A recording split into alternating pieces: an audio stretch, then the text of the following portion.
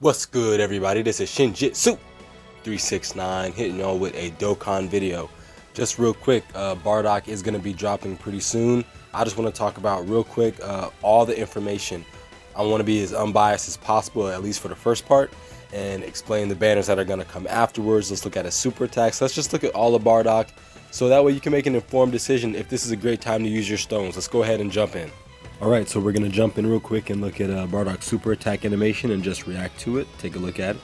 It's nice. He's going to instantly teleport, get a little spinny kick in. It looks nice. The animation is looking good. He's looking like he wants some revenge with the uppercut. Okay, it looks pretty good. Okay, now this active skill transformation is amazing. This is the best part of the whole unit. I love how they incorporate the plasma in the transformation. They really gave a lot of detail in the aura, gave a lot of detail in the spinning, gave a lot of detail in the beam as well. It looks very, very nice. On a scale of 1 to 9, I'll probably give it about a 7. I don't think it's better than the LRs per se. Definitely not better than Goku Black, but still very, very good. Very good. Now we're going to get into his leader skill and his passive attack. Okay, so his leader skill is Revenge or Low Class Warrior, Ki +4, and it looks like a HP attack and 130-170 split. His super attack is going to raise defense in base form indefinitely, which is amazing, and then he's going to do immense damage. Now he's going to get 120% attack and defense, but he can get up to 50% more attack. So a max attack of 170% up to the low class warriors on the team. So that's actually pretty nice. Like, you could run Turles and SSJ3 Bardock, right? That's double support. And then you could run, you know, like your other low class warrior units that are going to be coming, maybe if you pull the new Raditz, right? So that's the purpose. That's kind of how that would go. Now, in terms of the leader skill itself, Bardock's going to go on a lot of teams, but his leader skill doesn't seem to, at least as of right now, it doesn't seem too great and fantastic. I'm not saying there aren't a lot of good units on it, but I'm just saying the team by itself. And if you want to run Bardock as a leader, you're probably going to want to run him with all of the lower class warriors. That way he can just get the maximum boost. But either way, let's go on to his Super Saiyan form. Now, he can transform from the 4th turn from the start of battle, or at any time if there's a Wicked Bloodline category. So you're up against a Frieza, you can transform instantly, you're good. If not, 4th turn. So either way, not bad, okay? He's going to be raising his attack 180% and then defense 100%. He's going to be super effective on all extreme class. And then for the first 5 turns from the time he transforms, he gets 3 ki, and then he gets an 18% chance to do a critical, dodge, and he's also going to reduce damage by 18%, like I said, for 5 turns. If he's going against a Wicked Bloodline category enemy, he's going to do a automatic, well, not an automatic additional super, but an additional attack that has a high chance of being a super, but an automatic crit. So he's going to be really good against any Frieza category enemies, just almost like the other Bardock is, the STR Bardock. So that just is what it is. Now, he's very good. He's going to hit very hard. He's going to have great utility against extreme class. So you're going to take him into like extreme class super battle roads. That way he's going to always be super effective. So in terms of that, that's very good. It's also nice to have everything built in, except for in additional, unless you're going against a Wicked Bloodline category. It's nice to have everything built in, at least for 5 turns. I mean, Goku is, I think, like 7 turns or 9 turns, so it's nice to have that built in, right? Only thing I will say, like I said, just keep in mind that the revenge category is kind of limited, at least from what we know now. Of course, that could change. Now, his super attack is going to raise attack and defense for 1 turn, cause immense damage, and lower some defense. So he's doing quite a bit in his super attack. Now, in terms of overall utility, he's going to be, if you happen to pull him, he's going to be good on a lot of teams that he's not the leader of, right? Goku's family, Pure Saiyan, probably Resurrected Warrior, probably Explosion of Anger. He's going to be on all kinds of teams. I mean, I think that by now the data's out. It might be out by now, to where we know all of his categories. But he's going to go well on the categories teams that he's on, right? But in terms of overall utility, he's going to get the strongest boost and be at his full potential against extreme class enemies, specifically Wicked Bloodline category enemies. That's where he's at his best. Personally, I don't think he's better than Dragon Ball Super Trunks. I think Dragon Ball Super Trunks still is a little bit better than him. Now, the only difference is Bardock can transform turn 1 and dish out a lot of damage. But I just think in overall, in terms of leader skill and what the character does throughout the majority of events in the game, I still think Dragon Ball Super Trunks is better. But Bardock is definitely better, I would say, than the physical Vegeta we got last year. But in terms of total utility, out of 1 out of 9 so far, and again, I haven't used them at this point. We probably, I mean, by the time this video goes up, we probably would have already had the data download. But it doesn't appear like it's going to be super important to pull him right now for the events coming up or any new content. It appears as though you should be just fine without him at this point. So I think it's important to take a look when this unit will return, and also take a look at what is going to be coming out right after this banner. So let's go take a look at that. Alright, so let's go ahead and talk about which banners are essentially going to be coming up after Saiyan Day. I think that's important to talk about. So let's just take a quick look here. Just look at what the data says, right? I'm looking at this and I'm going to be making comparisons based on the reality that Dokkan does seem to work in cycles and patterns. Yes, they're starting to switch things up here and there and throwing in curveballs and surprises. That's great, but we do know basically overall they have a skeleton that they're working with. So with that being said, we're going to go ahead and move on with what I'm going to be talking about. So we have physical Vegeta here, which is going to be comparable to AGL Bardock.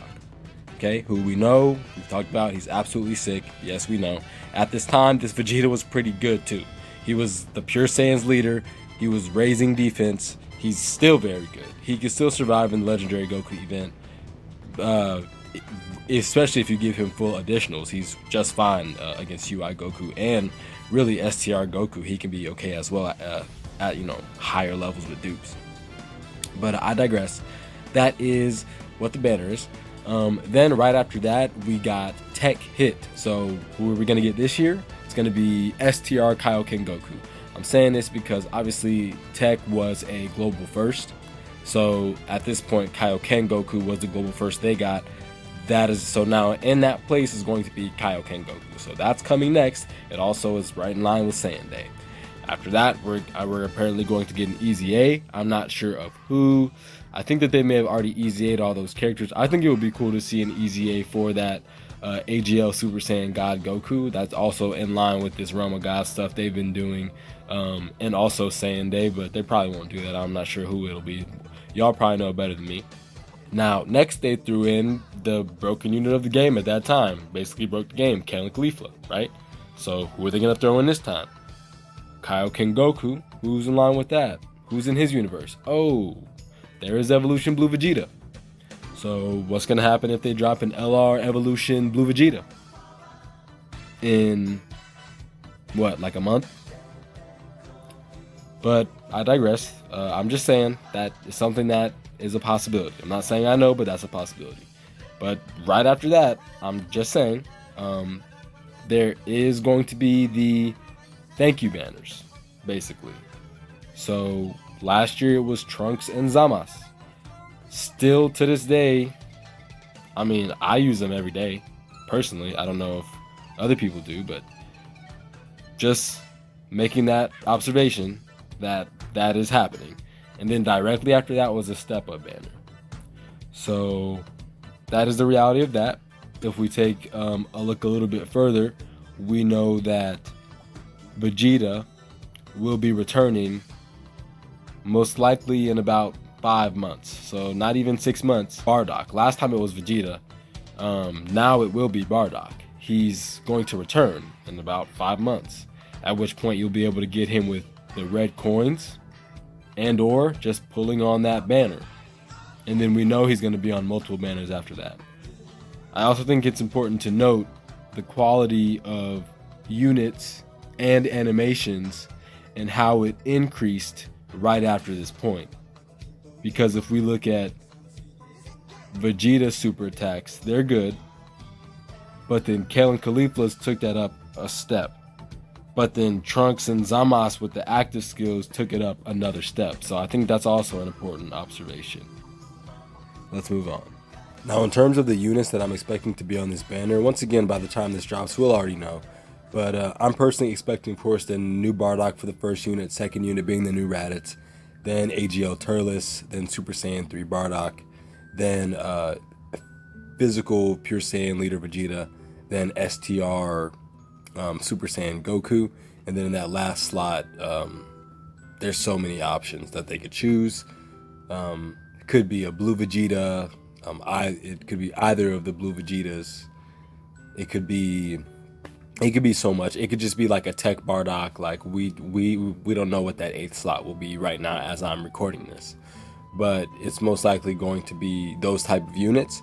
And I don't think any of those units, except for Turles, who was good, but if you've been playing the game for a while, you have him. If you're new, that might be worth it for you. But to me, as of this moment, it doesn't seem like there's anything they can really put on this banner to make it hype enough to really spend a lot of stones on. So, with all that being said, we know that the banner will return really closer to 4 months than 5 months. I said 5 months before, but closer to 4 months from now, or from the time that the banner drops. He'll return closer to about 4 months from then. So, you'll be able to pick him up with the red coins. I guess the question of the day would be, do you believe your stones are worth it now, or would you rather pull on him later? Because if you think about it, like I said, in 4 months, they're going to have a really new sick banner. Who knows what it'll be, right? Maybe it's a TUR base Broly transforming into legendary. Who knows what it is, right? But there's going to be some new nice banner that is going to be a pocket banner, just like Kid Goku was, just like Beerus was, just like Piccolo was, and he's going to be on that banner. And he's going to be on many banners thereafter. So let me know, are you really going to spend stones right now for this Bardock, especially when you can just, pick up a friend and run the team? Because you're going to want to run him on his best team. You may even be able to finesse a Pure Saiyan team using Bardock as a leader. So you guys let me know what you think about this and with all this information. So this video is called Mostly Unbiased Information because that's exactly what it's supposed to be. Most of this was unbiased, but I'm going to give you my opinion now. I don't think it's wise to really go crazy spending a bunch of stones on this banner. I think it's worth, if you have 50 stones, you shouldn't summon. If you have 100 stones, you shouldn't summon. If you got 150, maybe you can knock out 50. So with that same math, apply that to any amount of stones you have, and that's my opinion. The reason why I'm saying this is because Bardock, the man is not even on the Team Bardock team. The man is AGL. Both of those, you don't need help. His team revenge, you don't want to run that team. You might as well run Transformation Boost. It doesn't make sense. So you might as well run Cooler as a leader and put Bardock on the team than have Bardock run as a leader. You want to run Bardock as a leader with the lower class warrior team. But he's not even on team. He hits hard. Yes, he hits hard. Mad units hit hard. He'll defend pretty good. He's fine. He's not so incredible that you literally have to spend stones right now on him, especially because we know we're getting an LR banner very soon that should be a broken ass unit. After that, we know that we're getting, just a month after that, the thank you celebration, which, as we covered last year, was Trunks and Zamasu. This year it could be mad characters. It could be the Majin Buu celebration. It could be a Bojack celebration. Have transforming Super Saiyan 2 Gohan be like a new movie hero's lead. Have Bojack be some other type of lead. I mean, I don't know. It could be all types of stuff. And that's just a couple months away. This Bardock is not worth that, in my opinion. So that's gonna wrap it up. Let me know what y'all think. Oh, and PS, STR Goku not on revenge category? Are you kidding me? What? And why is Bardock the leader of this? This is the same thing to me whenever Gohan was the leader of Kamehameha and he doesn't even use Kamehameha more than... I don't even think he uses it until he's Super Saiyan 2. I digress.